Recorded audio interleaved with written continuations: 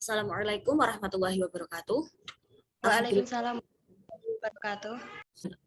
Bismillahirrahmanirrahim. Alhamdulillahirabbil alamin. Yang saya hormati Ibu Hajah Alfi Nikmah MPDI selaku dosen pengampu mata kuliah profesi keguruan serta teman-teman kelas A yang saya sayangi.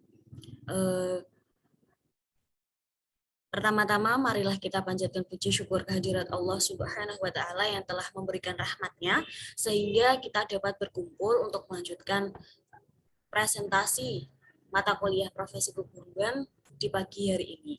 Kemudian, sholawat serta salam senantiasa tercurahkan kepada Nabi Agung Muhammad SAW yang kita nantikan syafaatnya di yaumul qiyamah nanti.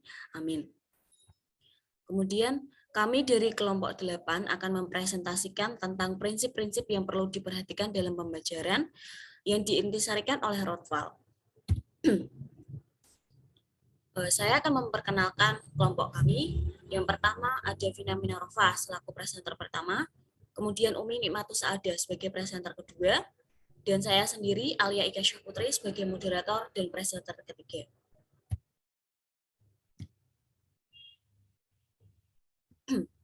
Kemudian materi pertama akan disampaikan oleh Vina Minarofa. Kepadanya dipersilakan. Baik, terima kasih Mbak Alia. Di sini saya sebagai presenter pertama akan menjelaskan terkait tentang pengertian prinsip-prinsip pembelajaran. Nah, dalam melaksanakan pembelajaran tentunya tidak bisa dilakukan dengan sembarangan, namun harus menggunakan prinsip-prinsip pembelajaran tertentu.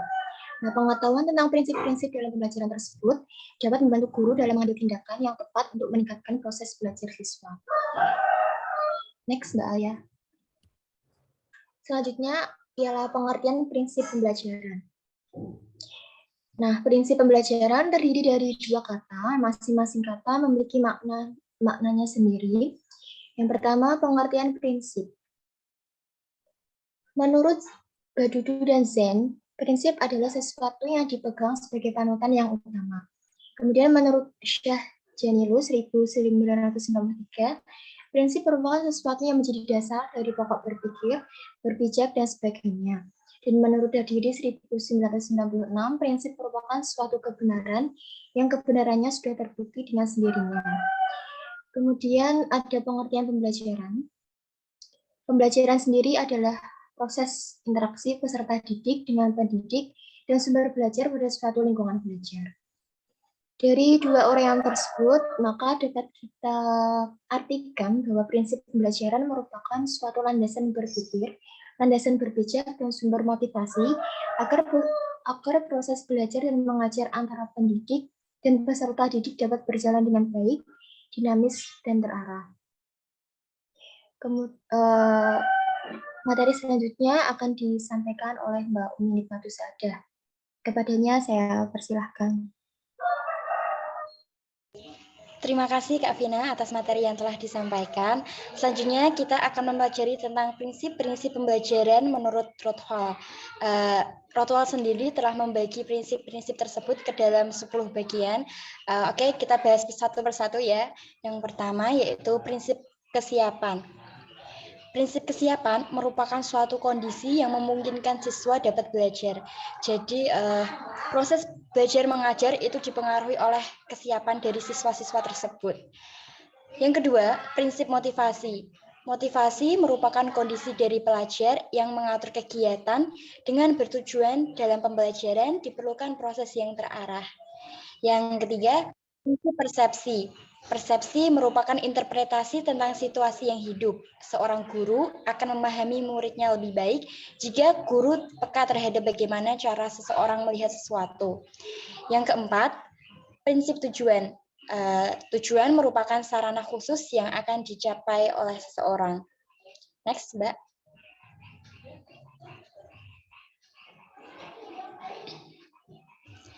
Selanjutnya yaitu prinsip perbedaan individual. Memperhatikan perbedaan individual agar dapat memberikan kemudahan dalam mencapai tujuan pembelajaran.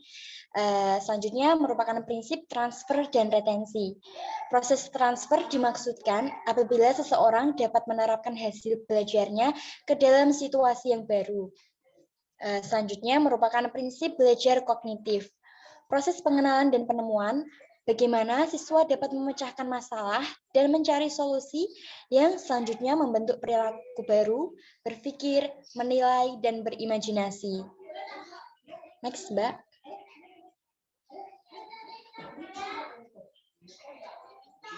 Selanjutnya merupakan prinsip belajar afektif. Bagaimana seseorang dapat menghubungkan dirinya dengan pengalaman baru. Belajar afektif mencakup sikap, nilai, minat, dan dorongan. Selanjutnya merupakan prinsip belajar evaluasi. Evaluasi memungkinkan seseorang untuk menguji kemajuannya dalam pencapaian tujuan. Selanjutnya merupakan prinsip belajar psikomotor.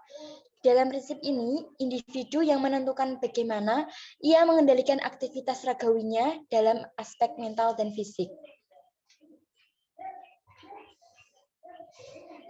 Untuk selanjutnya akan disampaikan oleh Mbak Alia Ika Syahputri. Padanya saya persilahkan. Terima kasih. Selanjutnya adalah pentingnya prinsip pembelajaran.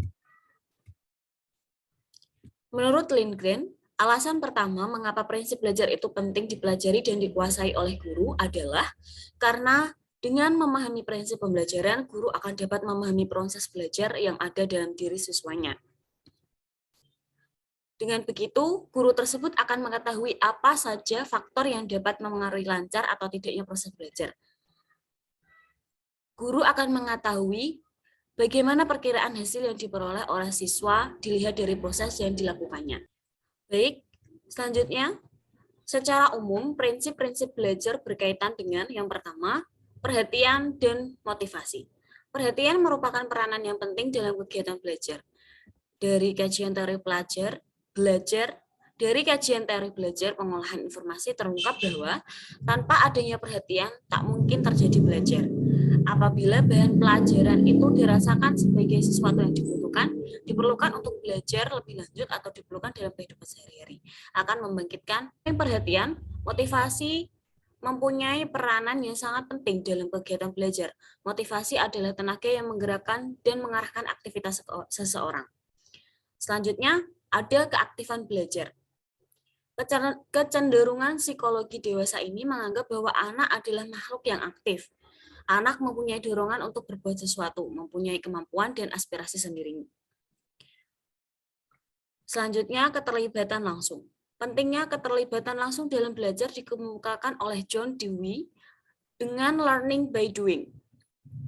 Belajar sebaiknya dialami melalui perbuatan langsung. Belajar harus dilakukan oleh siswa secara aktif, baik individual maupun kelompok. Dengan cara memecahkan masalah atau problem solving, guru bertindak sebagai pembimbing dan fasilitator. Selanjutnya, pengulangan belajar. Mengajar adalah bentuk kebiasaan. Mengulang-ulang sesuatu perbuatan sehingga menjadi suatu kebiasaan, dan pembiasaan tidak perlu selalu oleh stimulus yang sesungguhnya, tetapi dapat juga oleh stimulus penyerta.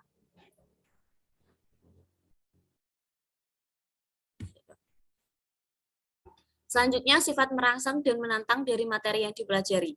Teori medan atau field theory dari Kurt Lewin mengemukakan bahwa dalam situasi belajar berada dalam suatu medan atau lapangan psikologis. Dalam situasi belajar, siswa menghadapi suatu tujuan yang ingin dicapai, tetapi selalu terdapat hambatan yang mempelajari bahan belajar. Maka timbullah motif untuk mengatasi hambatan itu, yaitu dengan mempelajari bahasa belajar tersebut. Apabila hambatan itu telah diatasi, artinya tujuan belajar telah tercapai, maka ia akan masuk dalam medan baru dan tujuan baru. Demikian seterusnya. Agar pada anak timbul motif yang kuat untuk mengatasi hambatan dengan baik, maka bahan belajar haruslah menantang. Tantangan yang dihadapi dalam bahan belajar membuat siswa bergairah untuk mengatasinya. Selanjutnya, pemberian balikan, umpan balik, dan penguatan belajar. Siswa belajar sungguh-sungguh akan mendapatkan nilai yang baik dalam ulangan. Nilai yang baik itu mendorong anak untuk belajar lebih giat lagi. Niat yang baik dapat merupakan operan conditioning atau penguatan positif. Sebaliknya, Anak yang mendapatkan nilai yang jelek pada waktu ulangan akan merasa takut dan tidak naik kelas. Karena takut tidak naik kelas, ia terdorong untuk belajar lebih giat. Di sini, nilai buruk dan rasa takut tidak naik kelas juga bisa mendorong anak untuk belajar lebih giat. Kesimpulannya adalah, prinsip pembelajaran adalah landasan yang berpikir, landasan berpijak, dan sumber motivasi agar proses belajar dan mengajar antara pendidik dan peserta didik dapat berjalan dengan baik, dinamis, dan terarah. Kemudian prinsip-prinsip belajar yang dikemukakan oleh Rothwell sendiri, yaitu yang pertama prinsip kesiapan, motivasi, resepsi, tujuan, perbedaan individual dalam prinsip transfer dan retensi, prinsip kognitif, belajar afektif, dan prinsip belajar evaluasi. Kemudian yang terakhir prinsip belajar psikomotorik. Selanjutnya adalah sesi tanya jawab. Untuk sesi tanya jawab akan dilanjutkan di WA Group. Saya terima kasih atas perhatiannya. Mohon maaf jika ada salah kata atau perbuatan dari kelompok kami. Sekian. Wassalamualaikum warahmatullahi wabarakatuh. Waalaikumsalam warahmatullahi wabarakatuh.